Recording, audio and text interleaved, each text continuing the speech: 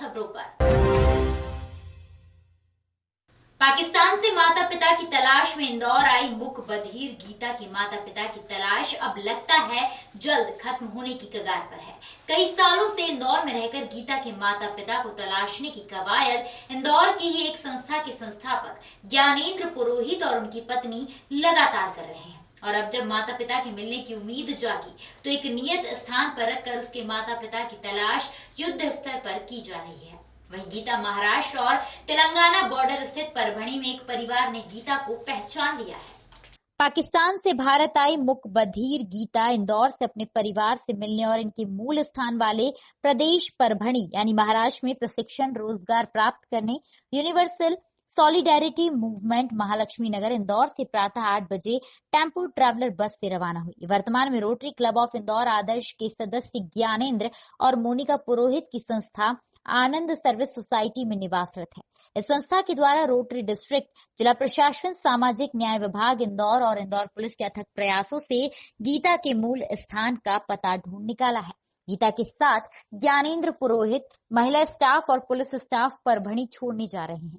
गीता को शुभकामनाओं के साथ रवाना करने के लिए रोटरी डिस्ट्रिक्ट के मंडल अध्यक्ष Rotarian Gajendra Singh Narak, assistant governor Rajendra Jain, वरिष्ठ रोटरियन वर्गीश अलम गार्डन, सचिव हातिम अनंत हरी झंडे दिखाई। रोटरियन मोनिका ज्ञानेंद्र पुरोहित ने बताया कि गीता को 20 जुलाई 2020 को जिला प्रशासन इंदौर ने पुनर्वासित करने की दृष्टि से सौंपा था।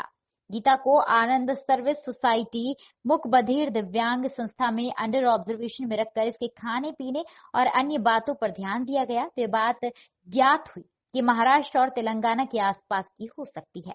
रोटरियन ज्ञानेंद्र पुरोहित गीता को लेकर महिला स्टाफ के साथ पिछले 2 माह से महाराष्ट्र और तेलंगाना लेकर इसके परिवार को ढूंढने का प्रयास कर रहे थे। गीता को लेकर अमिताभ बच्चन जी से भी ज्ञानेंद्र मोनिका पुरोहित ने केबीसी के मंच से परिवार को आगे आने के लिए अपील करवाई थी। इस कारण से कई लोग महाराष्ट्र और तेलंगाना से सामने भी आए।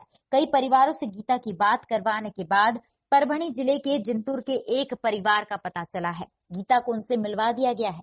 इस परिवार से डीएनए व अन्य औपचारिकताएं करवाने के लिए गीता को आत्मनिर्भर बनाने के लिए गीता की कैंपिंग कुछ समय कराई जाएगी और यदि गीता इस क्षेत्र में रहने की इच्छा जताती है तो यहीं पर इसे रखा जा सकता है। गीता के इस उद्देश्य की पूर्ति के लिए परभणी की मूक बधिर संस्था पहल फाउंडेशन ने इस कार्य हेतु सहमति दी है। गीता को विदा करने के दौरान रोटरी क्लब ऑफ इंदौर आदर्श के उपाध्यक्ष रोटेरियन शैलेंद्र शर्मा, सुचिता शर्मा, ललिता शर्मा, ब्लाइसु वर्गेश, रॉय थॉमस, नीतू जोशी और अन्य रोटरी क्लब के सदस्य उपस्थित रहे। कुल मिलाकर कई लोगों की निस्वार्थ मेहनत के बाद अब वो दिन दूर नहीं जब गीता अपने परिवार से मिलेगी, जिसको लेकर शहर, प्रदेश और परिजनों को लेकर मोनिका पुरोहित ने रवाना हुई गीता के बारे में जानकारी हम गीता को परभणी महाराष्ट्र स्थित पहल फाउंडेशन में भेजा गया है पुनर्वास के लिए। वहाँ पर वो कैंपिंग करेगी क्योंकि लगातार जो लीड मिल रही है वो तेलंगाना और मराठवाड़ा से ही मिल रही थी। और अभी एक परिवार भी वहाँ पर आगे आया है जो गीता को अपनी बेटियाँ बताता है। उसने जो एक बॉडी पर जो चिन्ह बताए वो भी गीता की वो चिन्ह मिलते जुलते हैं।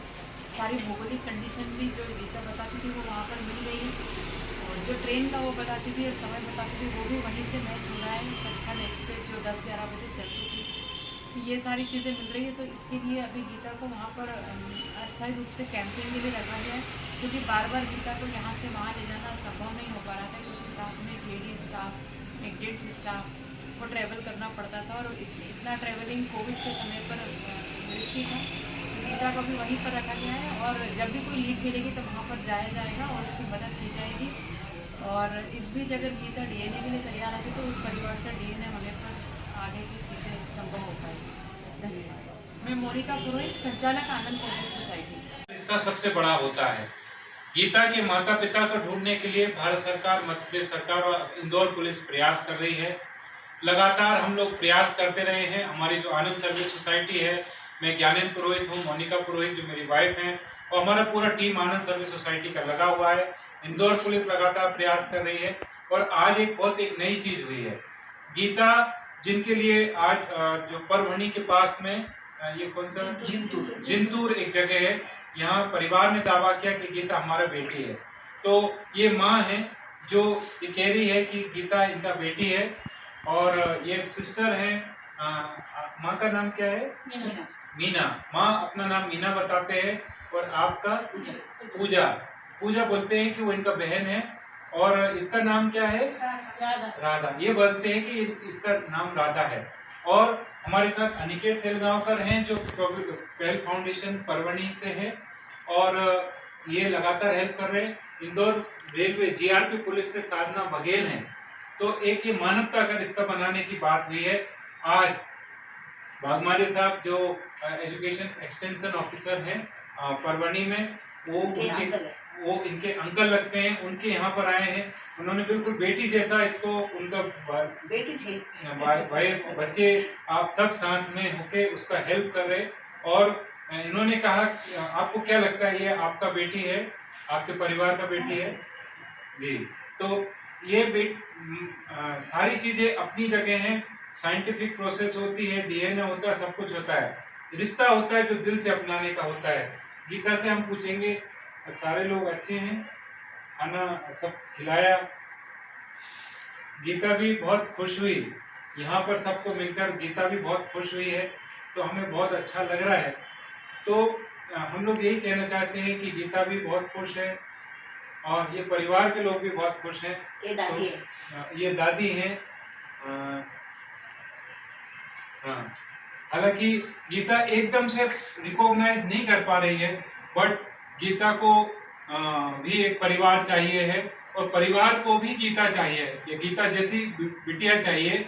तो हम यही कहना चाहेंगे कि यदि ये लोग एक्सेप्ट कर रहे हैं तो एक बहुत अच्छी बात है। और बहुत जल्द हम लोग ये भी प्लान कर रहे हैं कि यहीं पर कैंपिंग करेंगे परवनी में, पहल फाउंडेशन में पड़ेगी। और फिर माता पिता का तलाश तो जारी रहेगा, प्लस आप लोग से भी मिलती रहेगी और ऐसे ही हम सुखद स्वरूप में हम ये प्रयास कर रहे हैं। धन्यवाद।